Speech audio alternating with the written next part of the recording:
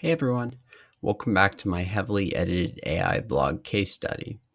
In this series, I show you sort of the behind the scenes look at how I generate AI content, edit it very heavily before publication, and ultimately use this content to generate consistent revenue from my various blogs. All of these blogs are monetized using display ads, specifically Medivine as my ad network. This income report will cover April of 2024. I hope you enjoy. So first, I'll just give you a quick overview of what the site is. And while I won't disclose the site URL here, I will give you enough details that hopefully you can replicate this on your own. So I purchased the domain in 2023, January of 2023, and this was a fresh domain, meaning it had never been owned by anybody else. There had never been another site built on it. There were no backlinks. It was a pure fresh domain. The site was launched a few days later, and as many of you have probably seen in my other videos, but I tend to launch my sites with sort of a shell site, which is basically just filler content that helps Google start to understand what the site is intended to be about. In this case, I genuinely started publishing the 500 blog posts in the first month, January of 2023. So I didn't wait quite as long as usual to let this content start indexing. The site was accepted into Medivine in February of 2024. So it took a little over a year to get from 0 to 25,000 sessions a month. Now, note, normally Medivine requires 50,000 sessions a month, but my previous case study site was in Medivine Pro prior to me selling it. And so I was basically able to onboard this site at a lower threshold. As far as the niche, this site is pretty clearly in the arts and crafts niche. It's basically a hobby I've had for a while. Not something I would have typically thought I would be making money from. Genuinely just a hobby I do to relax. So, yeah, that's kind of the sector it's in. But definitely has different characteristics in my previous site, which was in the technology niche and had a lot higher RPMs. As far as the number of posts currently on the site, I'm still at around 500. These posts were all, the first drafts were created using Koala Writer, which is sort of my preferred AI writing tool. But I don't just publish unedited AI content. I then spend anywhere from 1 to 4 hours editing these posts. And I go through and change things like the titles, the introductions. I fact check the content. And basically, yeah, I rewrite the article substantially. Enough so that arguably, if you were a subject matter expert, you could probably write the entire article from scratch in less time. But as someone who's doing this at scale, I've found that it's a lot easier mentally to sort of start with the first draft and perhaps overproduce on the content side and then sort of slash and burn from there. And sometimes you get a good first draft, sometimes you don't. But that's how I've produced the 500 posts so far. So here you can see the actual screenshot of my Medivine earnings for this site. So again, the site was only accepted into Medivine in February, and there was only a partial month there, so that's partly why that amount's lower. Of note, in these revenue numbers, I've included about $500 for Google AdSense because this site, prior to being accepted to Medivine, in the 13 months or so before it was accepted, For most of that time, it was enrolled in just regular Google AdSense. It didn't earn a lot, but toward the last few months, the earnings increased a little bit, 100, maybe at the peak, 200 a month right at the end. So I conservatively just factored in 500. I don't actually have that total right in front of me, but just for the purposes of reporting, conservatively, yeah, this site made 500 from display ads. As for the actual performance this month, you can see that the site made $639.16 in April of 2024. This is pretty good. It's basically really the same as last month, but as I'll get into, that's noteworthy because obviously there was a huge update in March, both a core update and a spam update, which decimated many sites. So the fact that this site is basically doing the same earnings wise and only down maybe a little bit in terms of traffic, I consider that a pretty big win.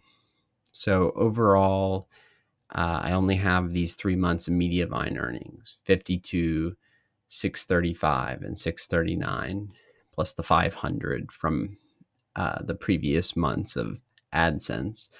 And that's a total revenue of $1,827. So far, my expenses, which are primarily very minimal and are basically, these are mostly fixed costs. So you have things like I pay Namecheap $15 a year or something for the domain. I pay 20 some a month for premium hosting and themes. And really, probably most of this expense is the prepaid Koala Writer AI credits. So, if anything, I'm probably overestimating how much this expense is, but I'm basically assuming you buy all the credits in the smallest package possible so that if you're trying to replicate this, this basically would be priced similar to what you would see. So, and that actually covers a lot more words. I think I've prepaid for this site the equivalent of about another somewhere between 250 and 400 articles, depending on the length. So that's already factored into this as an expense, even though I haven't produced those articles yet. So revenue minus expenses, I have a profit so far of about a little over $1,052. And again, the initial, investment on this site was, less than $500. So to already be in the beginning of year 2 and seeing this profitable, this is sort of the growth trajectory I like. This site, I haven't added any posts to basically since it was onboarded because of how busy I was, but also because then of the March update. So I wasn't expecting the earnings to significantly shoot up. But yeah, we'll continue to track it from here. And I do have some plans to increase the posts and increase the traffic using some different strategies. This graph is directly from my Google Search Console, which obviously tracks just the Google clicks. This site does get most of its traffic from Google, but it does have a small but growing amount of Bing traffic, DuckDuckGo, Yahoo, and others. So I've been excited to see that. But as I'll get into later, I'm also looking to diversify away from Google traffic. But again, Google traffic is still kind of my bread and butter. And yeah, I think it's good for people to diversify. But when you do things right and you do them at scale so that you're able to spread the risk around a little bit, basically Google offers so much more traffic at and it's far more passive to acquire. So ultimately, I'd encourage anyone, even if they're struggling, to not totally neglect their Google traffic. It'll probably always be some percentage, meaningful percentage of a successful site. So as far as the actual graph here, this shows roughly the last 30 days. You can see when the update occurred on the March 5th, I believe. And yeah, basically, there a lot of people saw massive drops over this next month or so, and the update has since finished rolling out. Uh, I've seen like a slight decrease, but um, really, it's basically flat. Uh, there's a slight downward trend toward the end of the month, but really, yeah, that's it's not too significant. Like I'll take this any day. So as far as the actual stats, there's a little under 43,000 total clicks spread across this month. Uh, 772,000 impressions. What I care about, and the number I probably focus on most here, is the average click-through rate, which you'll see is 5.6%. That's really good. And that's kind of the main health metric I follow. And you'll notice this if you watch any of my videos where I dive into Google Search Console. I focus on click-through rate because some of the other metrics reflect misleading qualities. The impressions, sometimes people will just show impressions, but if you're getting a lot of impressions but a basically very low amount of clicks, you have poorly optimized titles, meta descriptions, or your site is sending some signal to people, usually, that they shouldn't click on it. So if a site is above 2 to 3%, it's usually pretty safe to continue adding content to some extent, in my experience. 5.6% is great. And this has been pretty high from the beginning for this niche.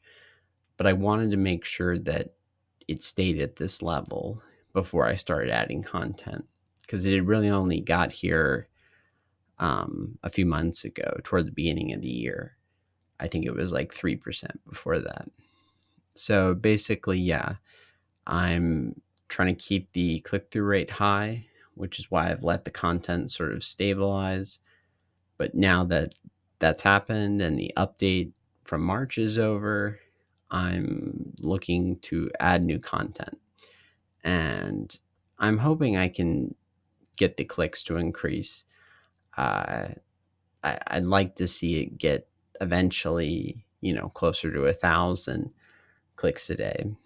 And once you get over 1,000 clicks a day, that's typically for a normal Medivine site, one that doesn't have the second site lower threshold. Since you need about 50,000 sessions, that's like 1,200 sessions a day roughly. So I'd like to get it to about that level. So about double where it is now. And that should make it, well over $1,000 per month, which is, definitely, I'm happy with the few hundred, but my goal for most sites is to get them above that $1,000 range.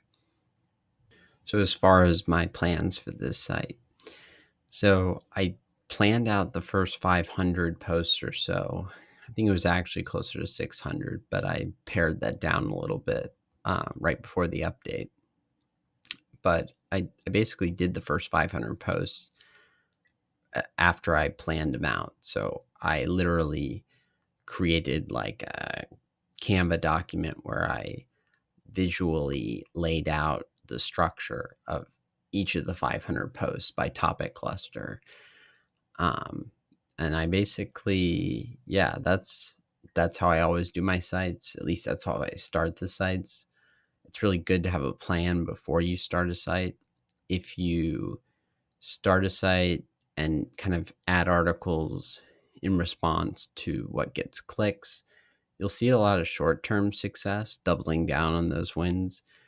But in my experience, these are the sites that are also most likely to get hit by Google updates.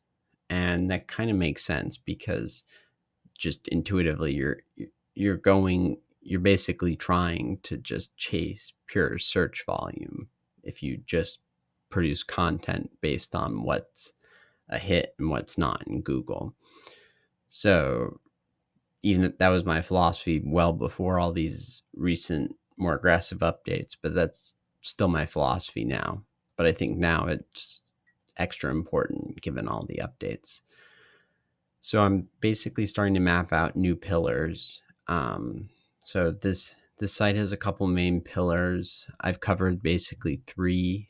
So this would be looking at adding a fourth and maybe a fifth, and possibly adding a few posts to the that I missed to the existing pillars.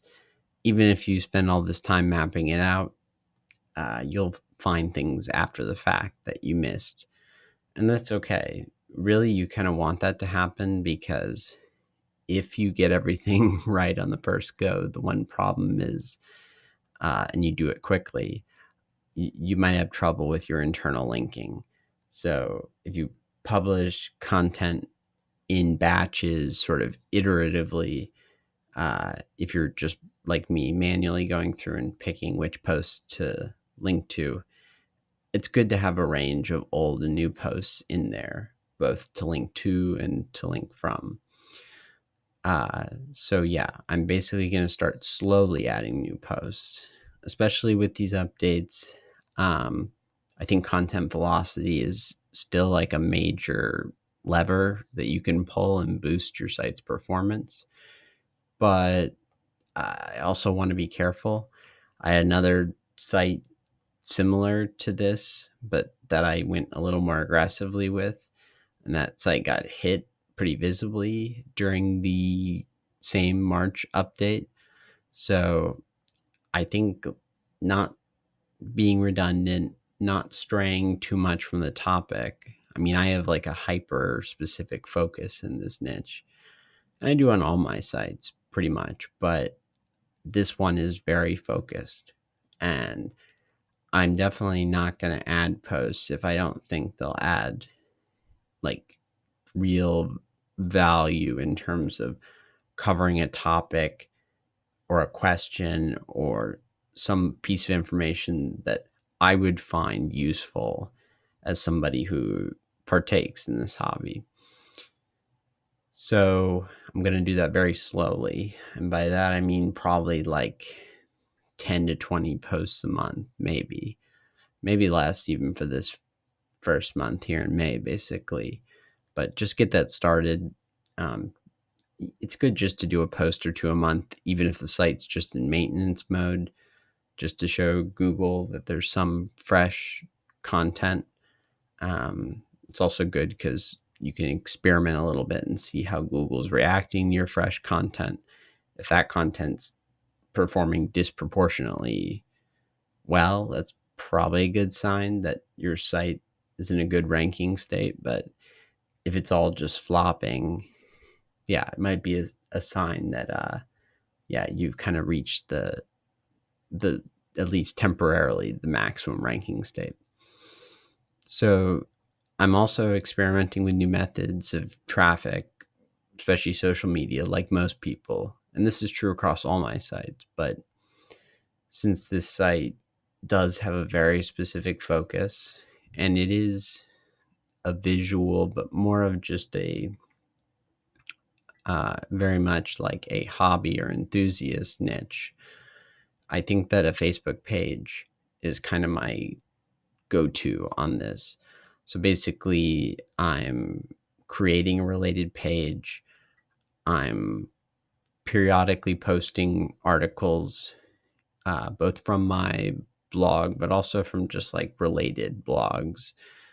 And while that's going on in the background, I'm experimenting with buying through Facebook ads, different Facebook followers or likes.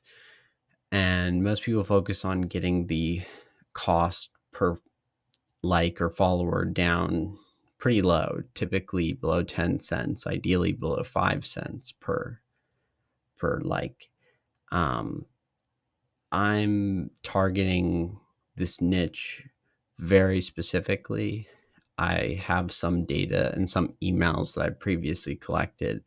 So I basically already built a lookalike audience, meaning I can really target people that will have a strong interest in this instead of just saying, okay, anyone 18 to 65 years old in the United States. Uh, so we'll see. That so far my cost per like is significantly higher than I'd like. We're talking like 50 plus cents. But these are really good qualified leads almost that are being brought to the page. I'm starting to see some click through. But the main idea is just to build this out to, I don't know, a few thousand, ideally someday maybe 10,000 plus likes. So I won't do that at 50 cents plus per like, but at the beginning here, I'm more concerned with quality readers over the sheer quantity of likes as a vanity metric. So that's kind of what I'm testing right now. And then I'm going to basically begin the link outreach that I do manually. So there's YouTube videos where people are talking about this topic, not my videos, but other people's videos who, if I can get them to put a link to an article in the description, if I can, get them to share it on social media, if I can, get, listed in various directories. I've already created all the social media accounts, but that would also normally be part of my basic entity creation. So yeah, I might do a couple written interviews since those are the easiest to do basically under the persona and submit that to some just very broad, but still related industry publications. So these are, and I'll probably do this for the next few months. I won't spend a lot of time on building links. I'm just going to start basically feeling people out and see if they're even receptive to it. Each niche varies. Some niches are very reciprocal and people have lots of content they want you to cross promote, so they're happy to hear from you. Some of them, your niche might be too small and it might be too competitive, especially if it's like e-commerce. This, I think, occupies a nice spot in that there's enough competition that, uh, I think some people will be interested.